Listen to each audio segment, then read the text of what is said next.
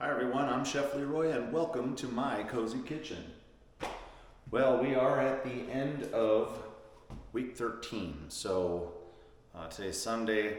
This last week we've gotten a few things done. Appliances were installed.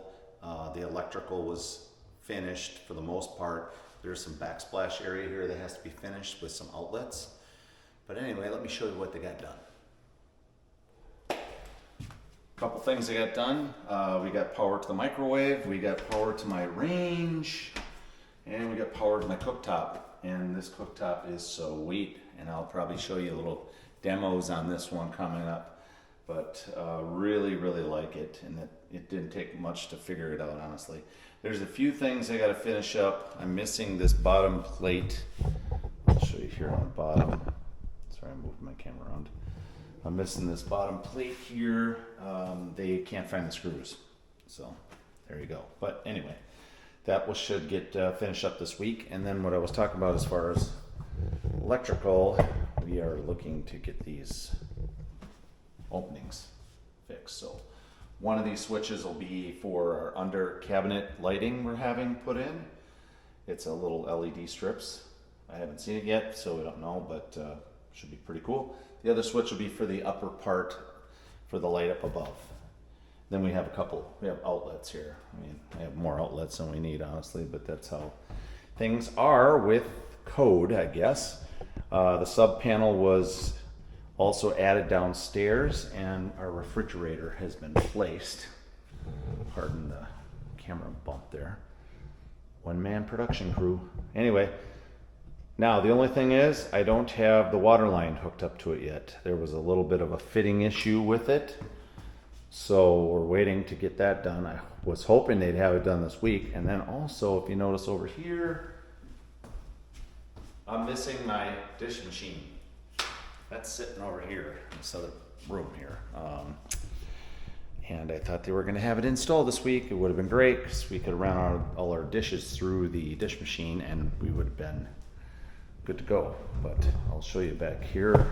Another thing we were playing around with this week were the pendant lights. So these are our pendant lights.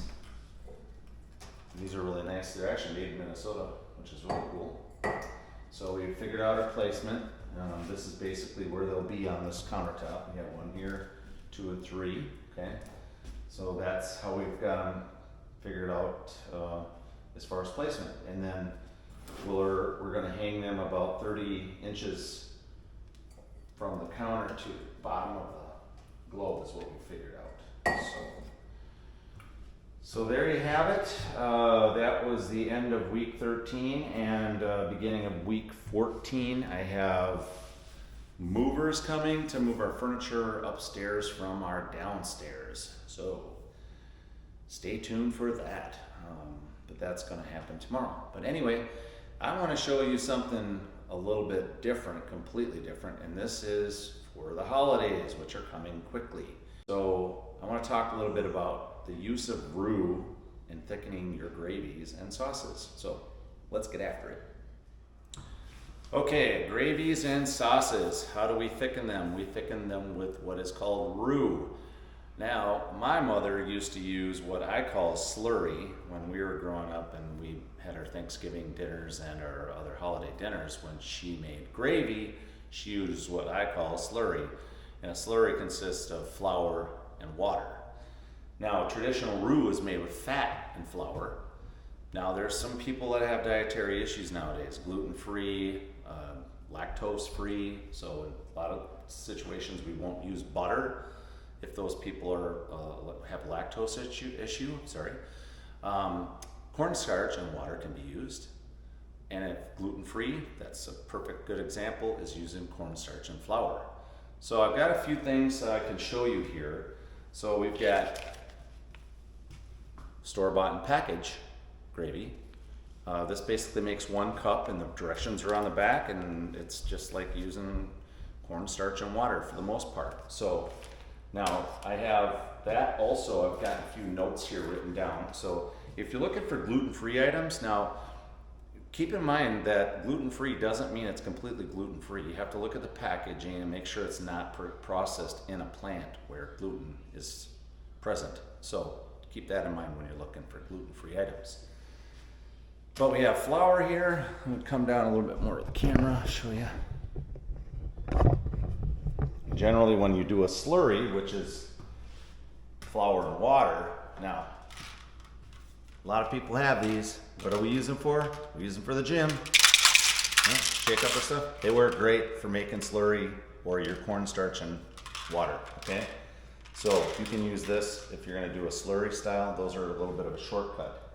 Now I imagine that these slurries and things like that were invented later on when oil or butter became too expensive. I'm not sure exactly the complete origin of that. I do know that Roux began its origin sometime back in the 1700s. The French obviously introduced that. So that's what roux is. And generally roux is equal parts flour and fat, and then it's cooked in a pan on a low heat. Okay. Yeah. So again, on this table here now, you can also shortcut and you can get jar gravy. They have all these things. Check the label. I'm not sure if this is gluten-free or not. I don't use this stuff, but if you did use this, you could also dilute this with some turkey stock of your own. And let's talk about making a turkey stock. What would I do if I was making a turkey stock? Well, I'll tell you what. I would probably either start out with a container of turkey stock if you could find it in the store. They don't have it in a lot of places, but they do have chicken stock, or they have what they call bone broth. These are some of the new ones that are out. So this is a chicken broth. They have chicken stock. It's all basically the same kind of thing. So this one is a 33% sodium, low sodium, right? So what you'll do is take your broth, put it in a pot, take your wings off your turkey, because most people don't eat the wing. I mean, I don't know, I don't ever see a lot of people eat, especially the wing tip. Cut those off, put them in your stock, put an onion in there, half of an onion, a half of like medium, small onion, maybe a couple small pieces of carrot. I don't usually use much carrot, makes it stock a little too dark. And a couple pieces of celery, a little bit of garlic, a little bay leaf, a little bit of thyme, a little pepper, boom. Get it boiling, bring it up to a boil, reduce it to a simmer, and just let it cook for a while. Wait till that turkey is literally falling apart. The meat's coming apart from the bone. That is perfect, okay? Now, do this the day before Thanksgiving. Why? Because what you'll do is you'll take that, all the bones and the veggies out, you'll strain that out, put your liquid in your refrigerator. The next day, as the fat has coagulated or hardened at the top, you can pull that off, and you can actually use that as part of your roux if you'd like. More flavor, right? So keep in mind, more flavor is good. You want to be the champion of gravy at your Thanksgiving meal? That's what you should do. Okay, so I'm going to talk a little bit about different kinds of gluten-free flours. Okay, so again, there are many different forms of gluten-free flour that are available on the market today, and it is incredible. Now, the dilution to the flour will probably change based on what kind you're using. So like I have this rice flour here. It's really, really fine compared to flour. So you may have to add more to this, to your oil. It's gonna be more about watching that consistency and what you're looking for. But let's go into some other flours that are gluten-free. And keep in mind, gluten-free, you have to pay attention to the label. If it's processed in a plant that's gluten-free, great, perfect. But some of them are also processed in plants that process other flour items or wheat items, okay? So a couple of them are here, almond flour, very common right now. But again, if you have a nut allergy, you can't have it, especially if it's a tree nut allergy, right? So keep that in mind. We have many other ones. So again, I just showed you my rice flour. There's brown rice flour. That's a different one than this. There's oat flour, corn flour, chickpea flour, which I've actually tried chickpea flour. That's really good. It has this kind of cool nutty taste to it. Really awesome. Quinoa flour, that's also like that too. It's got a really good flavor. And there's coconut flour. There's arrowroot flour. There's teff flour. Now, many of these I've never used before, or I know about them, but I haven't used them in my own cooking.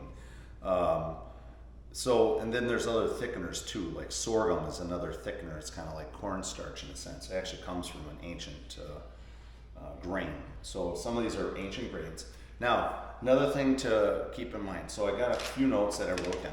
So if you do use cornstarch, okay, just straight up cornstarch and water, well, my ratio on that is to use, if you want 2 cups of liquid, use 3 tablespoons of cornstarch.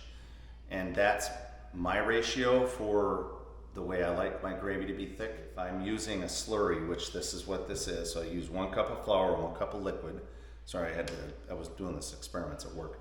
So if I want 2 cups of liquid, I use a 1/2 cup of that slurry to get the same thickness that I want for a good consistent gravy, okay?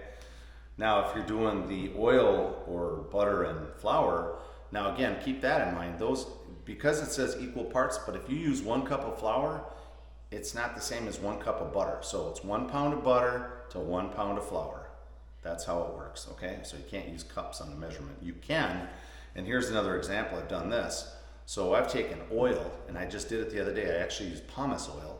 I used 2 cups of flour and 1 cup of oil, and I mixed it together, and I did not even cook it, and I still made a gravy with that by just room temperature. Blend it in really well, and it'll fold right in nicely with your liquid, okay? Now the ratio on that one is if you're doing 2 cups of liquid, you need 1/4 cup of roux. That's that roux. That's an uncooked one, okay? Back to that stock idea, when you're using the turkey as part of your stock, so you're clipping off the wings, you're gonna put those in your pot. Use your giblets. You should use your giblets. Cook the neck in there, cook the heart, cook the gizzard, but do not cook your liver in there. I never cook the liver with my broth. It can turn it green, so just keep that in mind. It's very important. I usually cook that stuff off with my turkey, and then I feed it to my dog. Loves turkey liver. So, then also another nice thing to have on hand is make sure you got a little ounce scale or pound scale, right? Something that can do ounces and pounds. So I hope that this little tutorial has been beneficial to you. I think gravy is an essential part of any holiday feast, and you should be the master of your gravy. So here's a few tools that you can use. I can also post on there some of these little basic recipe tips that I have on here. I'll put them in my ending little descriptor at the end of the film. And otherwise, that's it. You guys have a great day. I hope you have a fantastic Thanksgiving. Thanks for watching. Chef Leroy and out. Oh, don't forget, subscribe, hit that notification bell, and send me some comments. That'll be fantastic. And tell me how your gravy came out. If you used any of these techniques, I'm really excited to hear about them. You guys have a great day.